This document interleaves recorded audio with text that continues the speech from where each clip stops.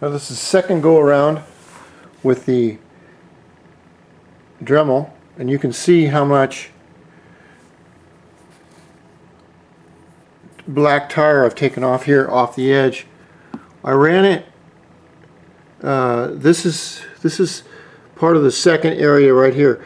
What I've done is I've tried to knock the crown down on the top, but also get it not down the sides, but get a more of an angle so that the top of the tread is moved over just a little tiny bit so it doesn't hit the inside of the fender.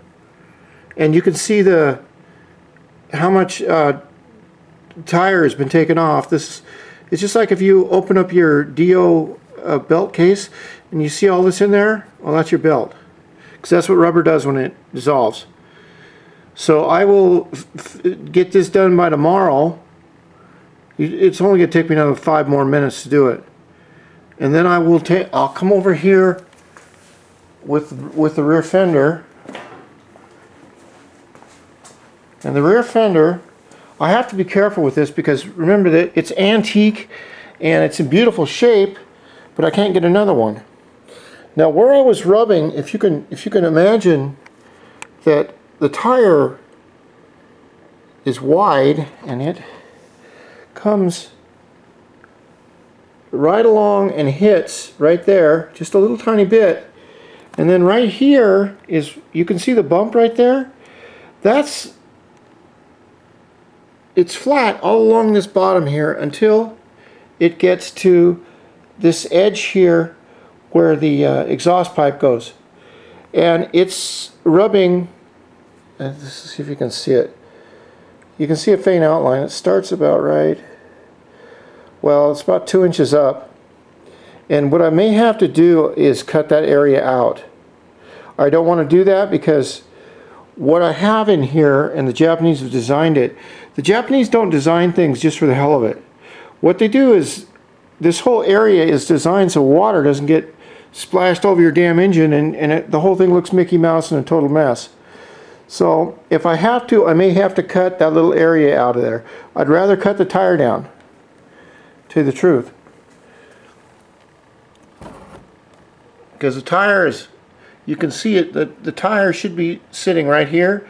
It's coming over and hitting right here against this.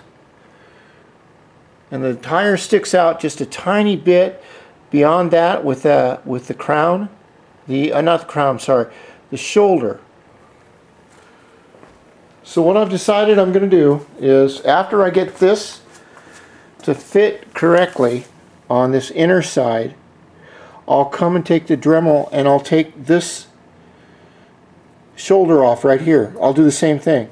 But if you can notice from the back, and this is for Gyro owners, if you notice from the back, you can see the uncut side compared to the cut side. See how it's rounded like that?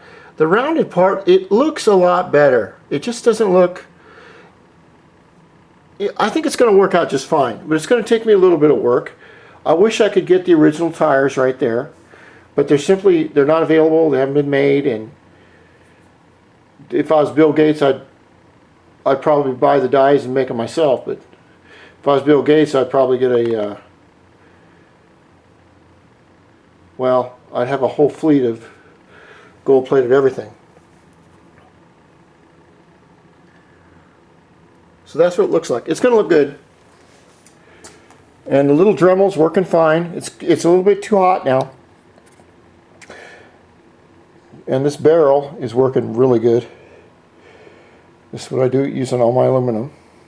It doesn't hurt it at all. It really just fine-tunes the rubber. It's going to fit underneath the bumper. The bumper does not move either. The shock pivots around the whole upper body, but the bumper stays absolutely intact. And if I have to, I could change the bumper dynamics, the geometry, the back vertical lift or the horizontal.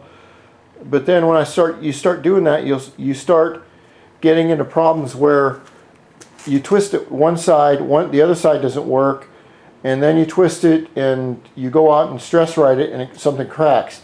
So I really don't want to do that.